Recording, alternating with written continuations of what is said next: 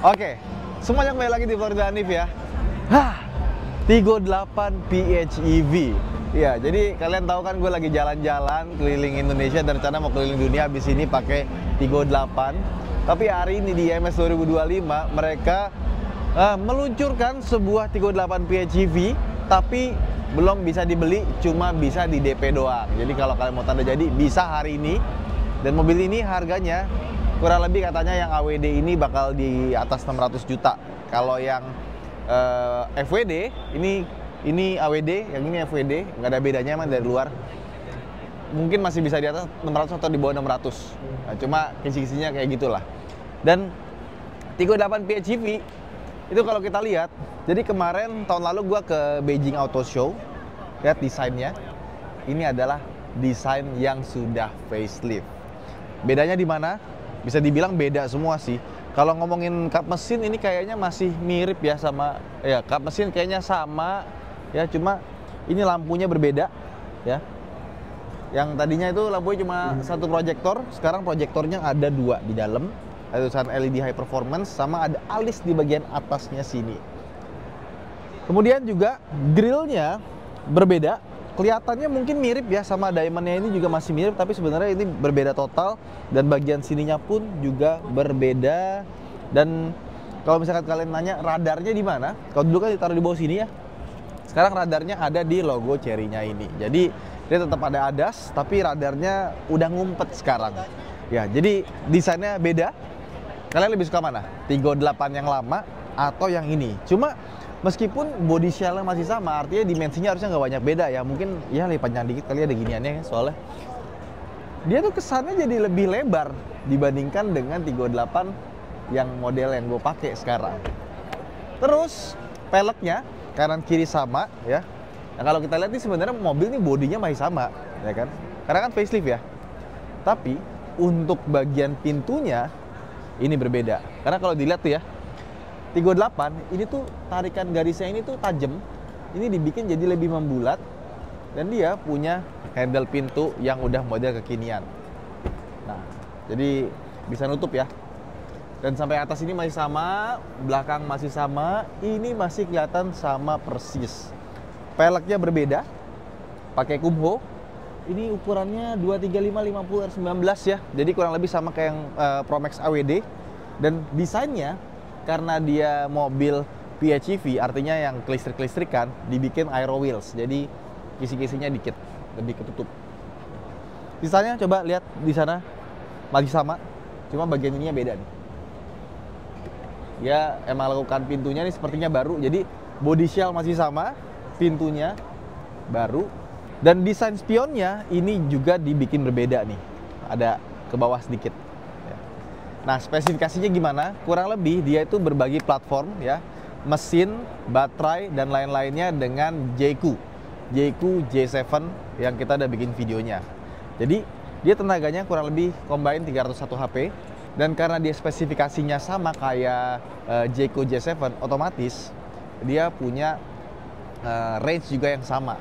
Jadi kalau misalkan dia pakai baterai only, kalau misalkan kita pakai standar WLTP dia 90 km, tapi kalau NEDC itu 100 lebih dikit. Nah, untuk range pakai bensin dan listrik ya kalau full itu bisa sampai 1200 kalau dia pakai NEDC ya. Dan kalau pakai kebalik, WLTP 1200, NEDC bisa sampai 1300 kilo dalam sekali pengecasan. Luar biasa. Ini ada tulisannya nih. Lihat.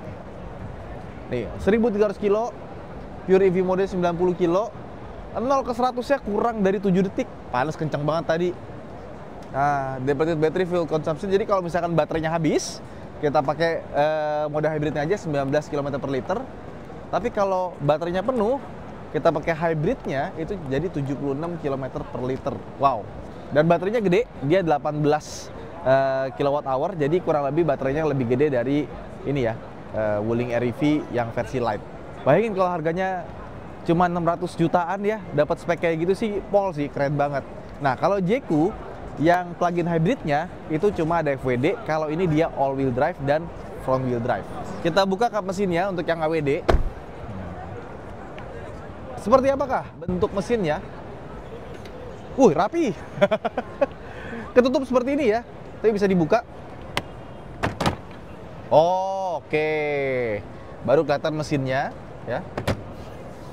Kita buka.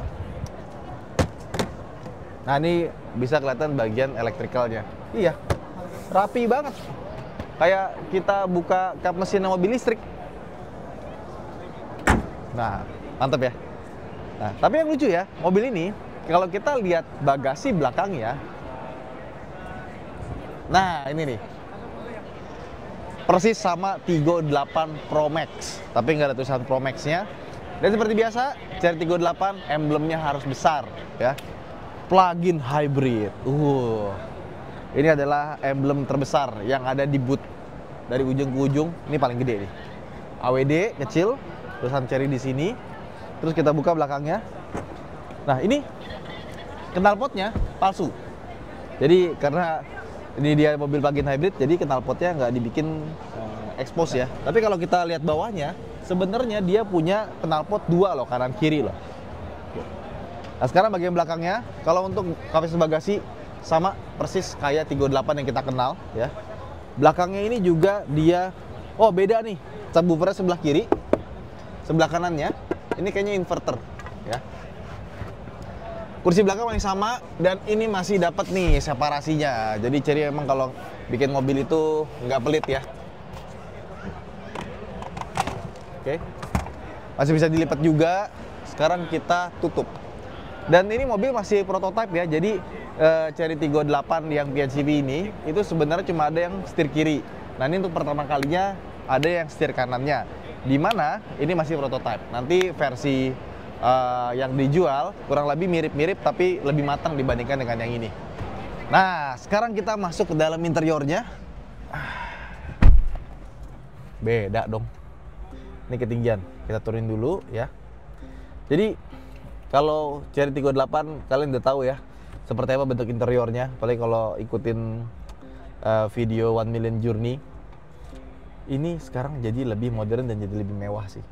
Yang pertama, sekarang dia kelihatan nih ya, layarnya jadi besar, bezelnya tipis, dan resolusinya juga bagus ya.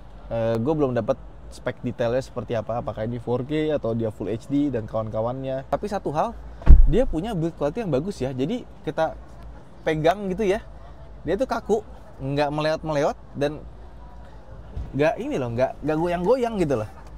Cherry emang kalau bikin mobil itu build quality itu bagus gitu. Sama sekarang ya, ini mobil ada hal yang gua nggak suka juga, yaitu shortcutnya hilang, tombol-tombolnya hilang. Jadi sekarang tombol-tombolnya itu ada di sini, cuma ada mode ya. Untuk volume aja nggak ada ya. Ini hazard, ini untuk milih EV atau HEV, dan ini ada tombol shortcut buat AC, auto, defogger belakang sama depan, dan ini kapasitif tapi bisa ditekan. Jadi kalau ditekan satu, semuanya ikut turun. Nah, kalau mau ngatur volume dan kawan-kawan dari mana? Ya, dari sini. Kita swipe ke atas. Nah, tinggal atur di sininya. Termasuk juga nih, kayak misalkan buat auto hold, EPB, terus juga ada hill descent control, lamp, dan kawan-kawan itu semua dari sini. Tapi untungnya ya, untuk mengatur beberapa hal, kayak misalkan buat lampu, itu ada di sebelah kanan nih, bisa diputer. Kayak mobil Eropa. Nah, terus juga di sebelah kanannya ada pencetan buat buka bagasi sama buka fuel. Nah, di sini masih ada driver attention warningnya, dan untuk wiper ada di sebelah kiri, termasuk kalau kita mau pakai lampu sen sama high beam sama low beam. Nah, tuas transmisinya sekarang pindah ke sebelah kanan. Nah, jadi kalau misalkan mau maju nih, tuasnya persis kayak punya Mercedes-Benz. Oke, kita coba. Oke, dia tilt dan teleskopik tentu saja ya. Setirnya juga ikut Cherry yang kekinian. Nah, terus dia juga pakai electric seat, tapi entah kenapa yang sebelah kirinya dia masih manual ya. Mungkin ini hanya prototype, semoga yang masuk ke Indonesia itu nantinya nggak seperti itu. Cuman gue suka sama warnanya, abu-abunya bagus. Sama di bagian sini itu tuh kayak velvet, kalau dilihat dia pasti pegang, ternyata tuh dia kulit sintetis. Tapi kalau di mata itu kayak bludru ya. Nah, sampai ke sini juga kayak bludru, cuma di sini bannya lebih empuk ya dibandingkan yang di bagian depan dashboard sini. Nah, cuman sayangnya kursinya ini ya, dia udah nggak ada ininya, kupingnya. Jadi kalau Tiggo 8 tuh yang gue suka, kalau kita duduk dia tuh bisa ditekuk Dan kita tuh kalau misalkan lagi tidur di sebelah kiri ya, itu nggak jatuh kepala. Nah itu sayangnya hilang di varian yang ini gitu. Kalau misalkan tetap ada itu pasti bagus banget ya. Setirnya udah pakai punyanya Chery yang kekinian ya. Jadi tombolnya itu kurang lebih sama kayak Omoda i5. Terus pedal-pedalnya masih sama. Di sini ada tempat handphone. Ini maksimal 50 watt buat wireless chargingnya. Yang sebelah kanannya kosong. Nah, di sini tetap masih sama, ada pendinginnya dan buka tutupnya seperti ini ya. Tengah masih ada tempat penyimpanan yang gede ya. Sama di sini kalau kita buka, nah soft opening ada lampunya. Ini ada hook buat ngegantung sesuatu di bagian sini. Asalkan jangan cita-cita dan harapan. Oke, interior gue suka banget, jadi lebih bagus. Nah, cuma sayangnya ya, ternyata gue cari tadi tombol buat spionnya itu hilang. Jadi kalau kita mau ngatur spion atau mau ngelipat itu dari sini nih. Dan ini bisa di custom ya. Mau ditaruh di mana aja. Rear view folding mirrornya, misalkan kita mau matiin ya HEV power mode, kita matiin, tambahin rear view folding mirrornya. Jadi kalau kita mau lipat itu ada shortcutnya, mau ngatur ada shortcutnya. Dan ada nih head up displaynya bisa diatur, round view monitor, sound effect, screen cleaning, oh buat ngebersihin ya. Jadi ini bisa kita atur. Dan ada tulisan power off di sini karena sekarang yang baru ini dia udah nggak pakai ini ya, nggak pakai push start stop engine button. Jadi kalau misalkan kita mau matiin mobil itu tinggal langsung dikunci dari luar aja. Nah kalau kita mau matiinnya manual, power off dari sini. Oke, mati langsung. Kalian lagi ya. Nah, kuncinya dari dalam sepertinya, tapi nggak boleh dibawa jalan ya. Nah di sini ada settings, kita coba cek. Driver assistance, ada banyak ya. Oke, head up display bisa diatur. Ini pakai snow mode jadi warnanya agak biru ya. Kita matiin jadi putih lagi.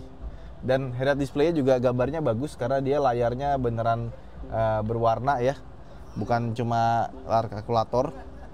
Vehicle settings ya, ada steering force mode, brake sensation mode. Wah, kita bikin bisa di-link sama driving mode atau kita bisa bikin comfort atau sport ya.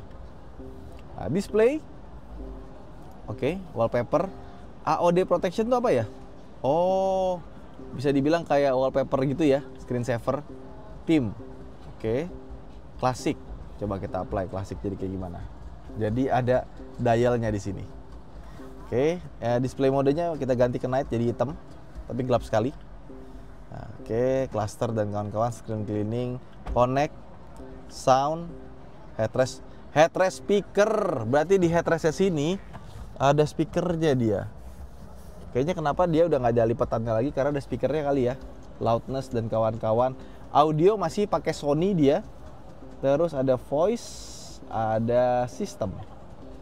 Oke. Jadi voice wake up-nya kita matiin. Kalau enggak nanti pas kita bilang halo Chery, hi Chery, dia bakal nyaut. Oke. Kita balik lagi ke sini. Settings, map ISA, OTA, member center itu apa ya? Kayaknya ini masih software dari Tiongkoknya sana. Kemudian di sini ada gambar. Nah, oke. Dia tuh ada seat heatingnya, seat ventilation, sama seat massage. Oh, nah sekarang dia ada seat massage-nya, tapi cuma di sebelah kanan aja nih, yang sebelah kiri nggak ada. Jadi cuma buat driver. Nah, terus untuk AC kita pencet di sini, ya seperti biasa AC. Oh ada pemanas buat setirnya ya. Tapi kalau di Indonesia kayaknya nggak perlu pakai pemanas beginian. Ini ada smart rapid cooling, rapid heating, smart deodorization. Terus ada pet mode, ya. Terus ada ion juga di sini. Dan temperaturnya dia juga sudah pakai dual zone, sama kayak Tiggo 8 yang sebelumnya. Sekarang kita lihat bagian belakangnya seperti apa. Let's go, kita ke belakang. Nah sekarang kita ke bagian belakangnya. Ini door trimnya beda. Dan ada ambient lights-nya di bagian belakang sini. AC-nya ini juga desainnya berbeda. Oh, naik turunnya bareng nih. Jadi kalau kanannya dia ke atasin, yang kirinya juga ikut. Tapi untuk semburan arahnya bisa diatur kiri kanannya ya. Sama ada pemanas kursi bagian kiri kanan sini. Di bawahnya ada USB A sama USB-C dan ada tempat buat naruh handphone. Ya. Kalau kursi kayaknya masih sama, cuma beda desain aja. Sama bagian armrestnya dia warnanya glossy loh ini. Ini beda nih. tapi sisanya semuanya hampir sama ya. Lampunya juga sama, bagian sini sama, panoramiknya sama, tapi panel-panel buat ngatur panoramik sunroof sama lampu depan, lampu kabinnya tuh beda tuh dia tempatnya. Belakangnya pun juga sama, nggak ada yang beda, termasuk AC-nya juga masih ada di samping. Sorry, nggak ada AC-nya ini.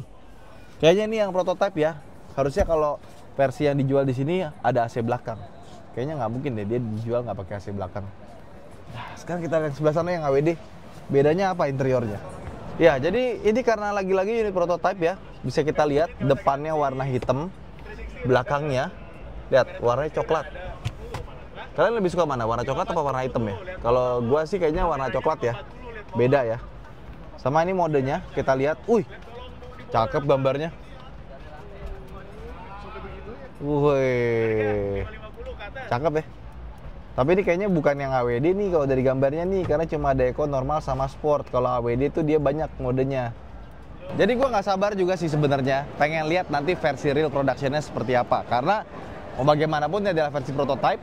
Seperti biasa, mobil sebelum di launching dibikin dulu prototipenya, dicek mana kurangnya, mana lebihnya, diperbaiki terus. Jangan sampai nanti pas sampai konsumen tuh ada masalah. Ya, jadi kita tunggu aja sampai prototipenya benar-benar jadi buat massal. Ya, gue gak sabar banget ya mobil ini bisa ada di jalan ya. Bisa gak sih yang lama kita facelift gitu? Karena ini mobil ya di luar dari yang PHEV dan kawan-kawan ya, yang Tiggo 8 standar aja itu udah rasanya enak banget. Gue pakai buat kemana-mana dan garansinya panjang gitu ya. Kayak complete package lah. Kayaknya kalau kita mau ngeluh ada kurang-kurangnya nggak sebanding sama apa yang kita dapatkan dan harga yang kita bayar gitu.